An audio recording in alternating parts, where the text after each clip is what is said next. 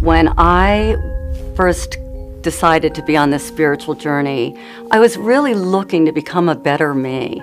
And my sister always told me that I was angry and I was selfish and self-absorbed and these whole list of characteristics that I didn't want to be.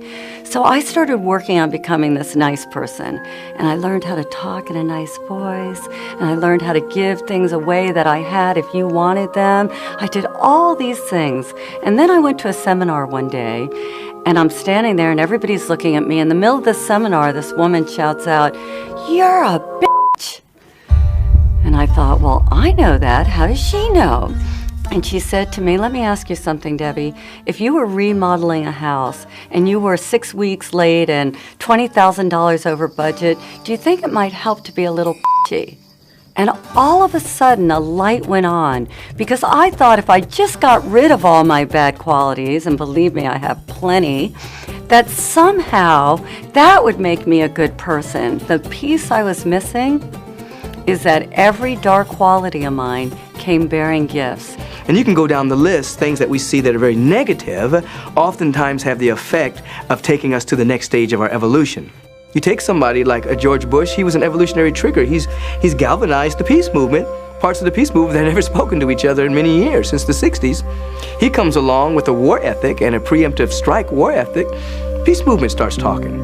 So he actually was a very positive force for the evolution of many positive things on the planet. See, if I want to grow and evolve spiritually, I have to take my projection off of them and own and embrace that part of myself. We have to be lovers of humanity. We have to be lovers of ourselves, and even seek to love that which our ego or our mental perception would say, you know what, I can't love that. I'm a phony bitch. Now the question is, how am I going to love myself being a phony bitch? Go within and embrace it anyway. And even as I say this, they're probably going to bleep me out, because nobody can bear that they might be a phony bitch. So then they've got to shut me down, and we all have to pretend like we're not that. People get confused in this conversation because they'll say, well, I'm not a murderer, or I'm not a rapist. But I would say, find out what kind of person would be a murderer. What kind of person would be a rapist? Those are the questions that we must ask ourselves, because maybe a rapist would be somebody who's wounded or sick. We all have a wounded part of ourselves. We all have a sick part of ourselves. We all have a twisted part of ourselves. And even though we'd like to fit into the ego's ideal of being a perfect human being, we're not. We're all that there is. And when we can open our hearts and have compassion for the part of us that might murder, we have no idea that if we're capable of that, especially if we're living and watching this film.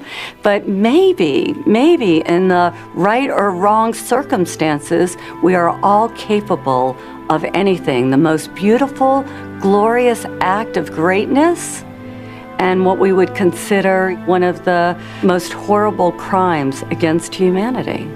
And when we embrace all of ourselves, knowing that we're both human and that we are divine, well, voila, all of a sudden you have a whole human being, and what you feel is oneness.